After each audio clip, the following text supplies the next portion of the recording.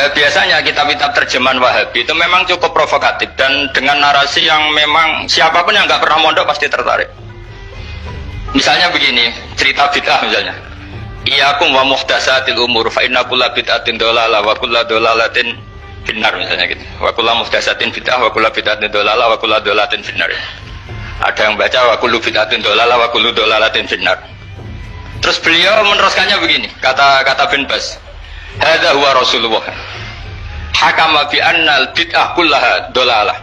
Terus diteruskan. Wajar as-Syafi'i faqasama ila hasanatin wa dhalalatin wa sayyi'atin. Jadi dengan narasi seperti itu tuh orang itu tahu bahwa Syafi'i itu kurang ajar tenan kira-kira gitu. Jadi dia ini Rasulullah yang mengatakan semua bid'ah ini dolalah, tapi Syafi'i lancang dengan membagi ada dolalah, ada sayyi'ah, ada hasanah, ada sayyi'ah.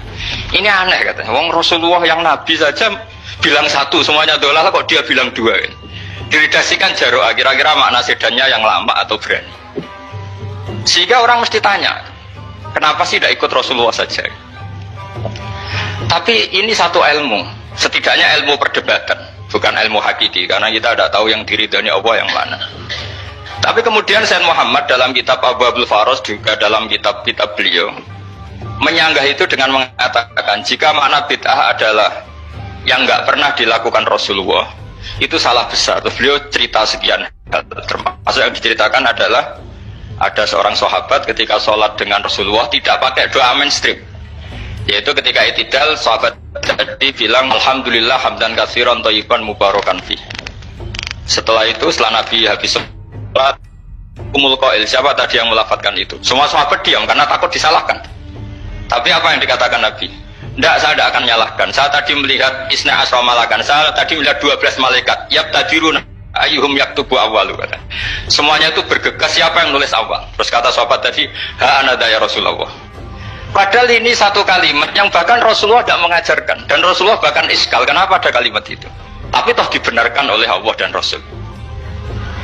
Cerita Sayyid Muhammad kedua adalah ada sahabat setiap ngimami itu main kulhu.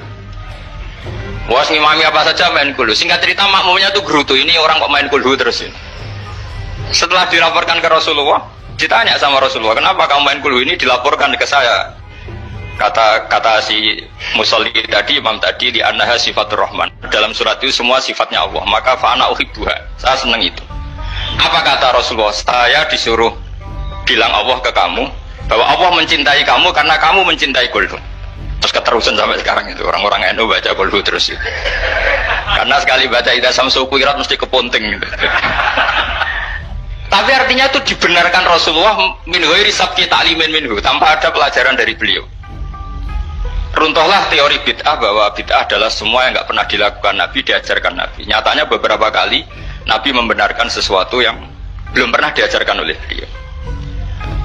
Masalahnya adalah tidak semua orang baca kitabnya Sayyid Muhammad atau baca tidak paham. Nah, sementara kitab Hadhihi Mafahimuna itu diterbitkan secara masif oleh pemerintahan Arab Saudi dan ada terjemahnya lagi, sehingga yang nggak bisa Arabnya bisa terjemahnya.